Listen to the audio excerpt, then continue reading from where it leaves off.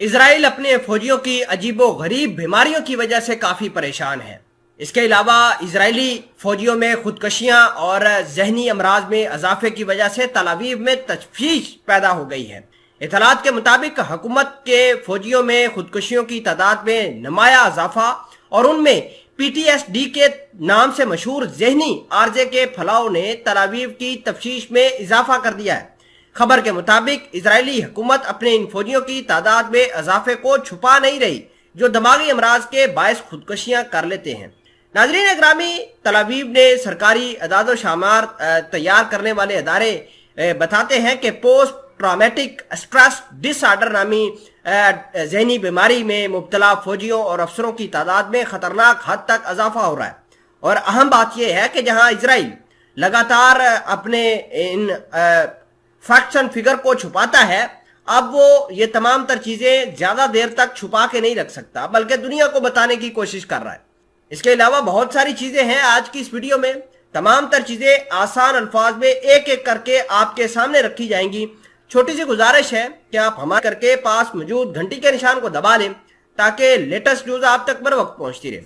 Reports کے مطابق اسرائیلی حکومت اس عارضے میں مبتلا فوجیوں کے لیے ذہنی علاج کے لیے اسپتال جانے کو باعث ذلت سمجھتی ہے۔ رپورٹس کے مطابق جھوٹ بولنے کا کلچر اسرائیلی فوج کی صفوں میں جڑ پکڑ چکا ہے اور یہ کلچر اسرائیل کے چھوٹے فوجیوں سے لے کر بڑے رینک کے جرنیلوں میں بہت مقبول ہے۔ ان کا کہنا تھا کہ فوج اگلی جنگ کے لیے تیار نہیں ہے چونکہ نظم و ضبط کا فقدان بہت وسیع ہے اور فوجی حکام کے عدم پابندی اسرائیلی فوج کے خاتمے کی سمت اہم قدم سمجھا جا رہا ہے۔ اس حوالے سے دماغی امراض کے تحقیقاتی مرکز میٹیو انسٹیٹیوٹ کے محققین نے ایک نئی سائنسی تحقیق میں اعلان کیا ہے کہ نان کامبیٹ فوجی اپنی فوجی سروس کے دوران پیش آنے والے واقعات کے بعد پوسٹ ٹرامیٹک سٹریس ڈس آرڈر کا شکار ہونے کا اتنا ہی امکان رکھتے ہیں جتنا ایک حادثے کا شکار فوجی ہو سکتا ہے۔ اس تحقیقات کے دوران جنگ نہ کرنے والے فوجیوں اور فرنٹ لائن پر لڑنے والے فوجیوں کے درمیان علامات کا جائزہ لینے کے بعد جنگی واقعات کا سامنا کرنے والے فوجیوں اور جنگی واقعات کا سامنا نہ کرنے والے فوجیوں کے درمیان واضح فرق دیکھا جا سکتا ہے۔ اسرائیل اس حوالے سے کافی پریشان ہے۔ اسرائیل کو جہاں ایران کے ڈرونز لگاتار ہاؤنٹ کر رہے ہیں، وہیں اپنے فوج کے بڑھتے ہوئے تناؤ کو دیکھ کر اسرائیل بیک فرنٹ پر چلا گیا۔ حسن نصر اللہ لگاتار اسرائیل کو تھریٹ کرتے ہوئے جا رہا ہے اور حسن نصر اللہ اور یہ ایران والوں کی جو بات ہے وہ سچ بھی ہے۔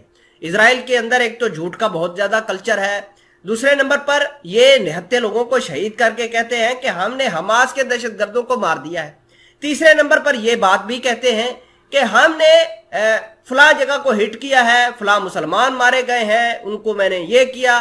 تو یہ چیزیں بالاخر انسان کے سامنے آتی ہی آتی ہیں اور انسان کے اوپر قرض ہوتا ہے، جو بھی وہ برا کرتا ہے اس کا قرض جب تک وہ چکا نہیں دیتا تب تک وہ اس دنیا میں سفر کرتا رہتا ہے۔